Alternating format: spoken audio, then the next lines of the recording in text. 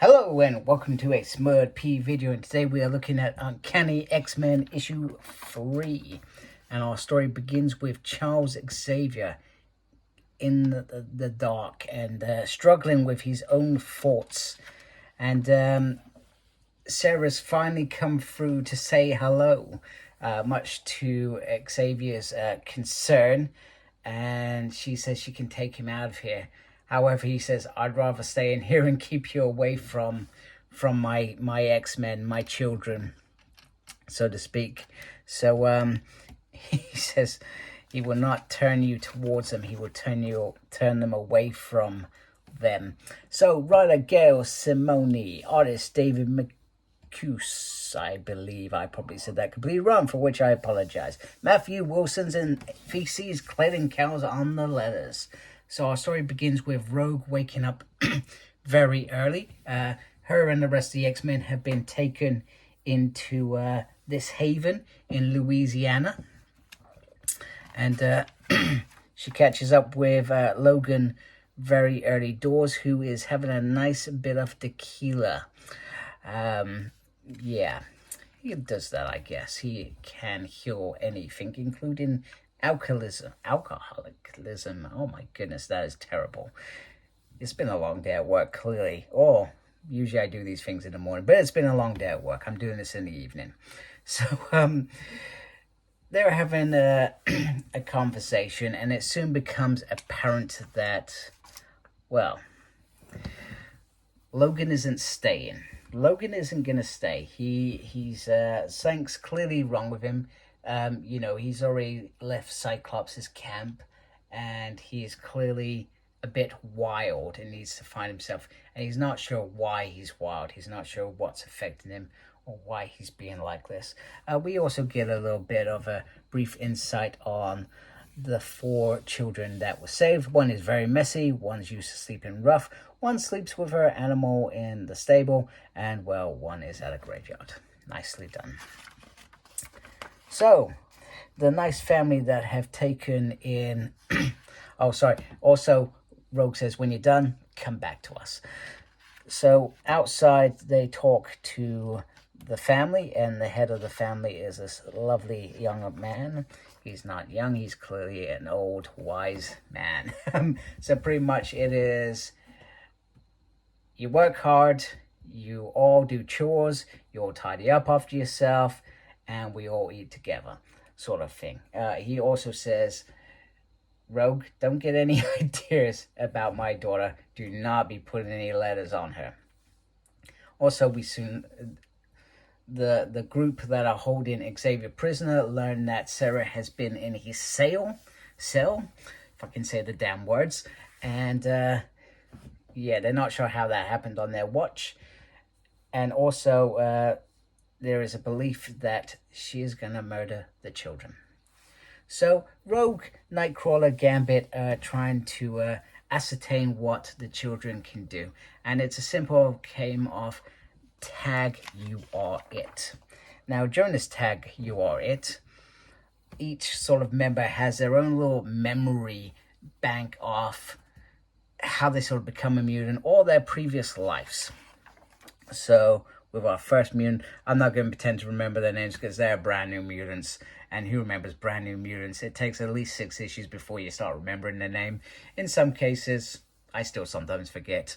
So this young lady was beaten for being smart than the other girls. However, she realized for 1 whole minute she could do anything. So in this minute, she did martial art, or kickboxing, sorry.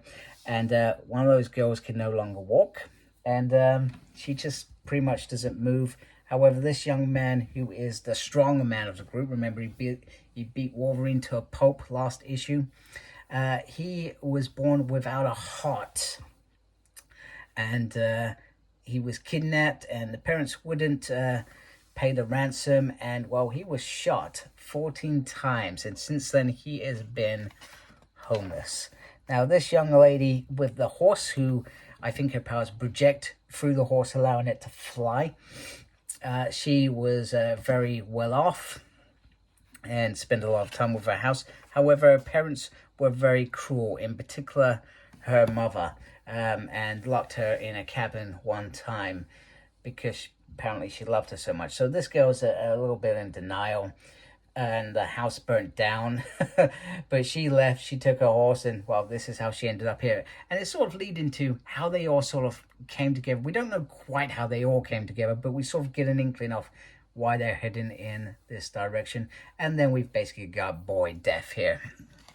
And well, he takes Nightcrawler into a very, very dark place and calls him a force pirate, a force priest, all the things that he's wanted to do and enjoyed in his life in terms of giving.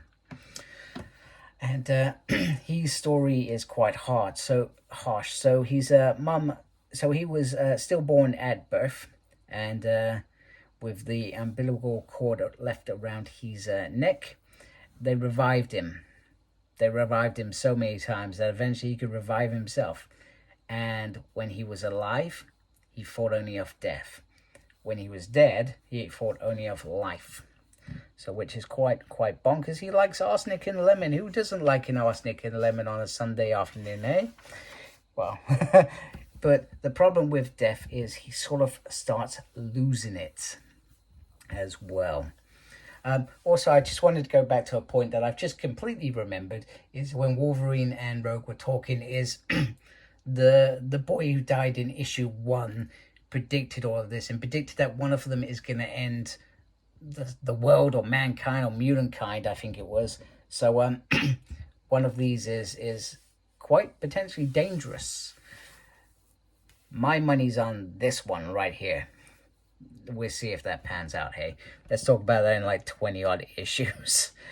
So he loses it and he's poisoned basically, and that's he's sort of cursed. So he could go too far in any scenario, any future scenario. So Wolverine's bike, we learn, gets burnt up on the road, and this kind gentleman has delivered him to one of the forests, even though there are acres and millions of acres of wood. So he gets there, and he is caught out by Sarah. He can smell her, he can hear her.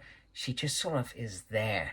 It's quite creepy, and I feel that's what I love about this new character. You know, we see so many different villains, and so many of them are so easily, oh yeah, okay, you're a powerhouse. This one is creepy, which is great. So when Wolverine gets his claws, she grows bigger claws based on blades of murderers they are, apparently.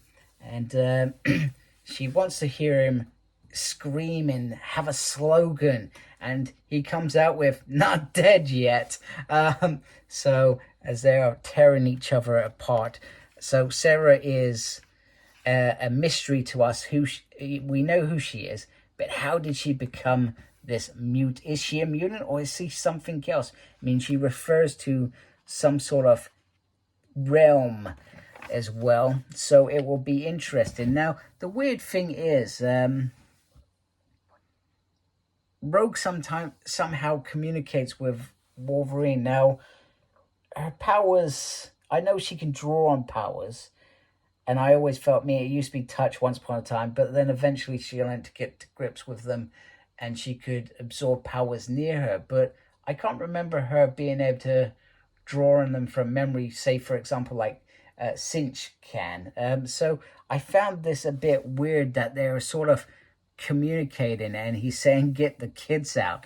It will be interesting to find out how that happens. Even Gam's like, Sherry, what's happening? You know, it's like Wolverine, he's in the dark, he's dying. So yeah, it's interesting. It's an interesting end because there's no clear connection there. You know, if you had a psychic there, you know, that makes sense. Communication. So it'll be interesting whether they flesh that out, or whether that's just something they've just forgotten and gone, hey, Rogue can, you know, reach out with her powers whenever she wants and become Charles Xavier. That means she's using that power constantly.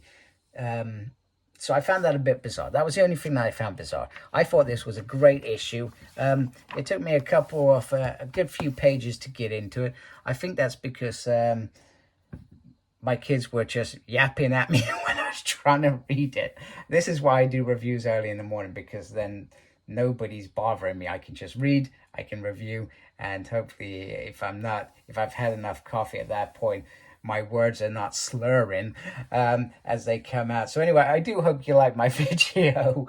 If you do, please support my channel by subscribing. I would really appreciate it. Thank you for taking the time to watch this video. Thank you to everybody that subscribed to my channel already. Without you folks don't have a channel. Make sure you have a good weekend as well. Weekends here. Look after yourself and embrace geekiness. Take care. Goodbye.